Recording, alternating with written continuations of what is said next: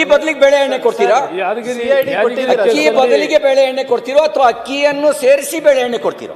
ಮಾನ್ಯ ಸಭಾಪತಿಗಳೇ, ಯಾದಗಿರಿಯಲ್ಲಿ ಇದೇ ಕೇಸು ವಿಷಯದಲ್ಲಿ ನಾವು ಸಿಐಡಿಗೆ ಇದು ಮಾಡಿದ್ದೀವಿ. ನೀವು ಅದನ್ನು ಕೂಡ ಗಮನದಲ್ಲಿ ಇಟ್ಕೋಬೇಕು. ಆಕ್ಷನ್ ತಗೊಳ್ಳೋದ್ರಲ್ಲಿ ಏನು ಮುಚ್ಚಮರಿಲ್ಲ. ಸೀರಿಯಸ್ ಆಗಿ ಆಕ್ಷನ್ ತಗೊಂಡಿದ್ದೆ. ಸರ್ಕಾರ ಅದರಲ್ಲಿ ವಿಫಲವಾಗಿಲ್ಲ. ನಾವು ಸರಿಯಾದಂಥ ರೀತಿಯಲ್ಲಿ ಮಾಡೋದಕ್ಕೆ ಇಷ್ಟು ಜನ ಮೇಲೆ ಆಕ್ಷನ್ ತಗೊಳ್ಳೋಕ್ಕಾಗಿದೆ. ಅಧಿಕಾರಿಗಳ ಮೇಲೆ ಸಸ್ಪೆಂಡ್ ಮಾಡಿದ್ದೀವಿ, ಅವ್ರ ಮೇಲೆ ಆಕ್ಷನ್ ತಗೊಂಡಿದ್ದೀವಿ.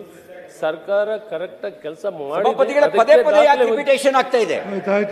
ಈಗ ನೀವು ಇಷ್ಟೆಲ್ಲ ಆಕ್ಷನ್ ತಗೊಂಡಿದ್ರೆ ಪದೇ ಪದೇ ಯಾದಗಿರಿನಲ್ಲಿ ಸಿಐಡಿ ತನಿಖೆಯನ್ನು ಕೊಟ್ಟಿದ್ದಾರೆ. ಈಗ ರವಿ ಸಾಹೇಬ್ರಿಗೆ ಗೊತ್ತಿಲ್ಲ.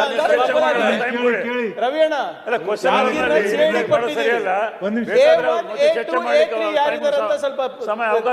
ನೀವು ಹಾಕಿರೋ ಹೇಳಿರೋ ಪ್ರಕಾರ ನೀವು ಹೇಳಿರೋ ಪ್ರಕಾರ ಸರ್ಕಾರಿ ಅಧಿಕಾರಿಗಳೇ ಶಾಮೀಲಾಗಿದ್ದಾರೆ.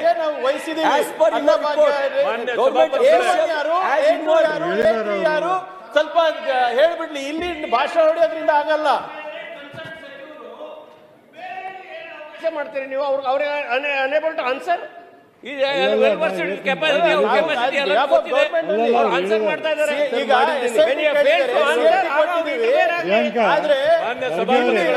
ಇಲ್ಲ ಸಭಾಪತಿಗಳೇ ಹೇಳ್ತಾ ಇದ್ರು